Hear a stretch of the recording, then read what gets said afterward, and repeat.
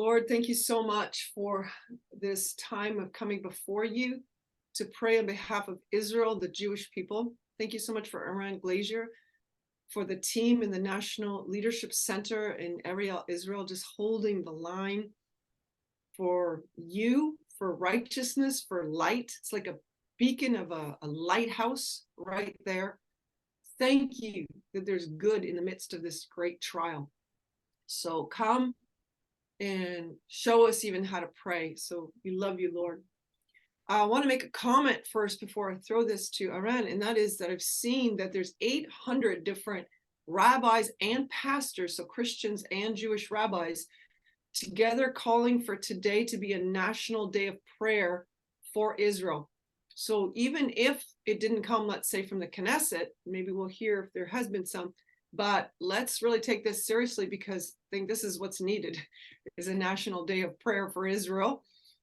Make every day a national day of prayer to the end of the war, at least. But today, a special time. Let's join with these rabbis and pastors in unity to pray for Israel, to pray during this time of great battle.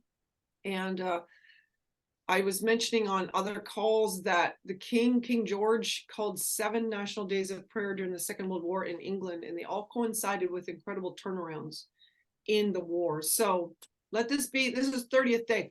Eran, you know more than I. We want to hear from you. Thank you so much for taking time out of your schedule to join with us. You guys have heard from Eran before, but it's over to you, my friend. Thank you. Thank you, Patricia, and thank you, everybody, to join us for the prayer today in Israel.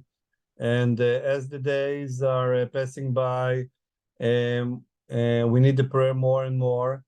I would like, if it's okay, to share with you a picture that is something that in Israel, the main thing that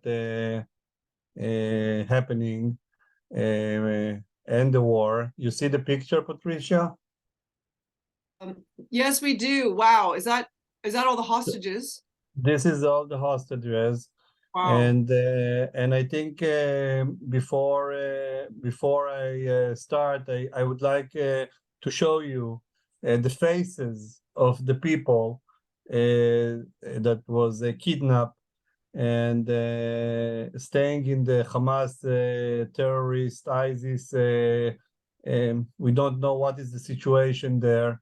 There is young children, very young. There is one of the girls are 4 years old without her parents. We don't know what's happened with her, but this is something. This is the faces.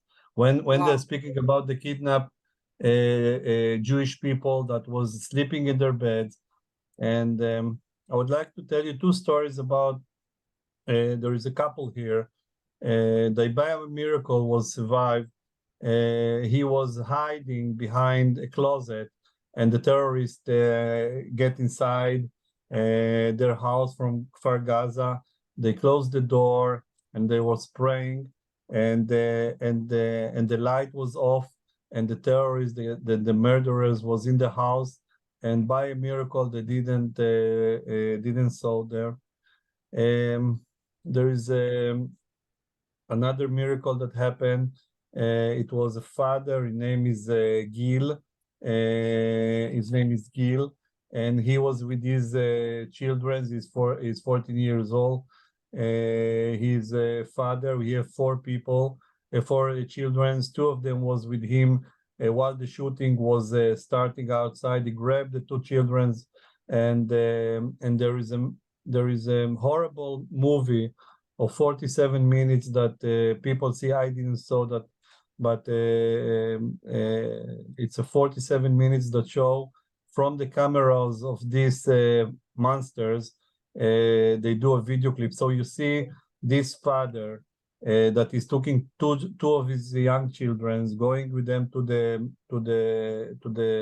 room they're hiding, and the kidnappers. One of the things that they did, to go take the people outside, they do like Molotov bottles or fire or grenades, and they threw them inside the rooms that the Jewish people was hiding. and the people must go outside. What's happened with this father and his two children? They throw a grenade inside the house, inside the room, and the father saw the grenade. When grenade, you see, we have 3 seconds, and the father didn't have a lot of time to think. So what he did, he was jumping on the grenade and save his children's, two children's. And it was in the movie that we see, and this is the story. And he jumped and he was killed in front of his two children's. One of the boys lost his eye through of that. And you see that in the movie, again, I choose not to show you the movie because it's too much, but you see the movie, the father is lying on the floor after he blew himself to keep the children safe. And you see the terrorist taking the two children to the living room, and they are sitting there after what's happened to their crying, and they saw the father was killed. And this terrorist, this monster, go to the refrigerator and grab a glass of Coke and drinking and see the children's and all of that happening while these two children's are see that, and you see the child, the both of them are they're less than 6. The older guy hold his brother and he's crying to the terrorists, why I'm leaving, why I wants to die, why I live and my father was dying.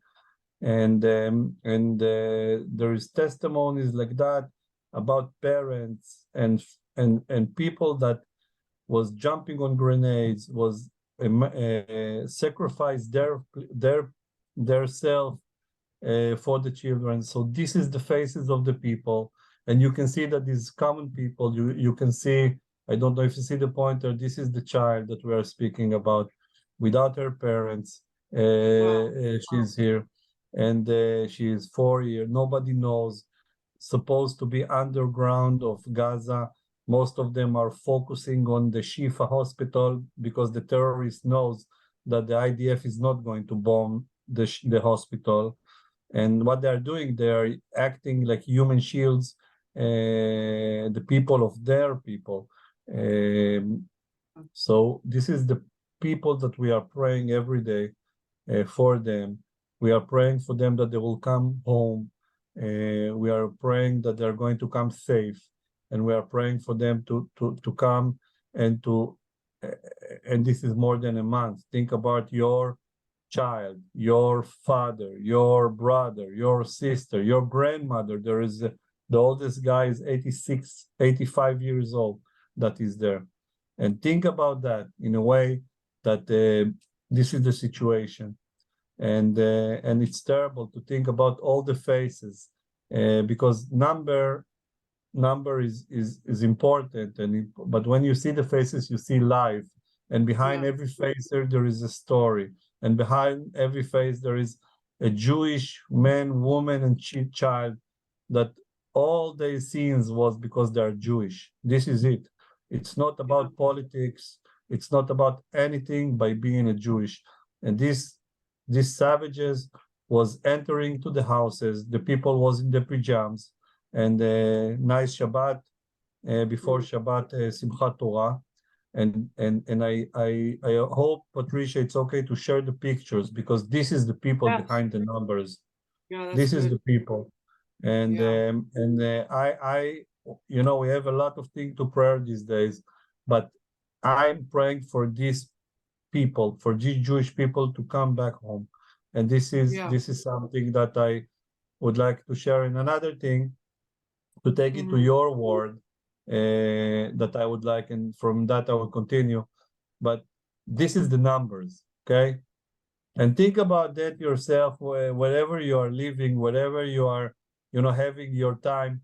Think about if a country or a terrorist organization next to you will throw more than 9,000 rockets to your house, to your city, to your country. Think about 1,400 people that was murdered and killed, soldiers, innocent people that you see. something that we don't speak about, but it's more than 5,600 people that injured through all this month, from bombs, from this killing, from IDF soldiers. The people that just you saw their faces, 241 people that kidnapped. And think about 200,000 Jewish people that are refugees this day. There's people that are refugees, left their houses. It's going to take month on month on month. It's not going to take 1 month, 2 months, 3 months. It's going to take a year before they're coming back to their houses. To connect the pictures and the emotions to what's happened today in Israel, and this is the picture of what we are dealing, and we are dealing with more.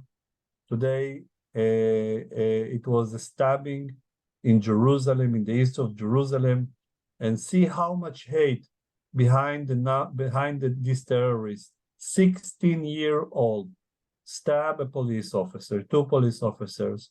One of them, she's a young lady that she's a U.S. citizen that came to volunteer as a Jewish woman to the police, and she was in Jerusalem. She was stabbed and killed this day. Oh, And wow. and this is a terrible situation that happened in Jerusalem. There is a battle in this moment in Judea and Samaria. The head of the Hamas in Tulkarem was killed today, thank God. But there is a lot of shooting in Judea and Samaria in this moment, attacking the Israeli soldiers, and we are taking back them and kill them, and we are very strong about it. Nasrallah, Hezbollah from the north, that he is the office of Iran in the Middle East. He was speaking on Friday. He didn't say a lot, but yesterday and this moment also in the north of Israel, in the Galilee, there is shooting of missiles from Lebanon that they are going to Haifa. So think about it. We are having rockets from Gaza to the Middle, missiles from Lebanon that is in the area of Haifa this afternoon, and this is really terrible. We think that the Hezbollah tried to make us sleep, like happening before the 7th of October, but the news is that we are not sleeping. We are very alert. The IDF is inside the Gaza, very inside. There's more than 20,000 terrorists that was killed from the beginning of this war, and the IDF is continued. There is a lot of strikes there, from the air, from the sea, and from the land. And yesterday they say that Gaza is divided to 2. It's the north and the north and the south. The south is where is the terrorists more are focusing there, and this is by Israel. There is going to take a couple of weeks to take over, and then who knows how many time we have to stay there. But we are very, in a way, careful to what we are doing. We're opening humanitarian trucks that get inside to give the people that innocent, that